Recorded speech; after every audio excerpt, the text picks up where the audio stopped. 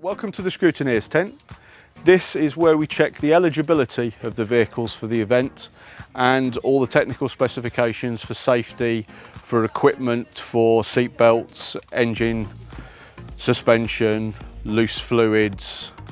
So we cover the practical mechanical aspects and keeping the environmental aspects happy, because we don't want vehicles spilling oil and gearbox oil and fluids all over the landowner's property.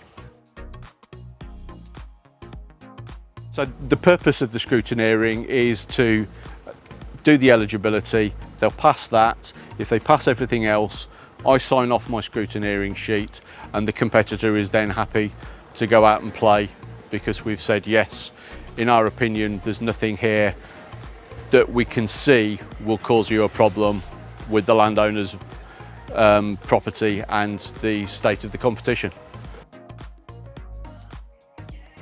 Right, so what I've got here is a standard 90, so that'll be classed as a standard motor with no modifications.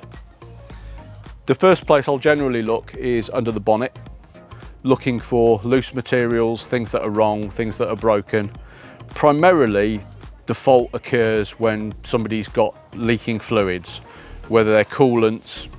The majority of leaks are often associated with oil or power steering, and that happens.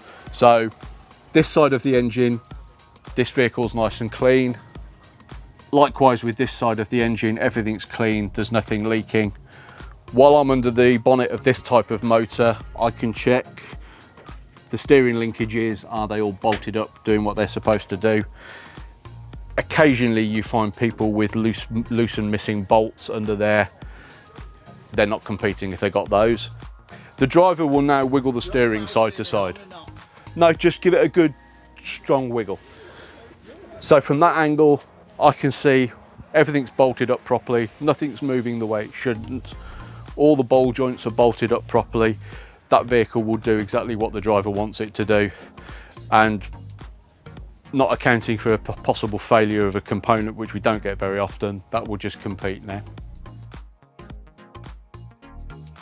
The next failure point we get on these is batteries, because people will do maintenance here and forget to put the clamp on the battery, so we end up with a loose battery.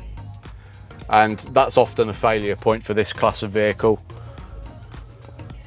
And I will always give people an advisory if they don't have a cover on the positive terminal, because people will often put tools into the box, and the last thing you want is a shorted out battery, particularly when it's right underneath where your passenger's going to be. Once the vehicle's gone through scrutineering, we will have checked everything. If we're happy with the checklist, then the competitor is cleared to go and compete.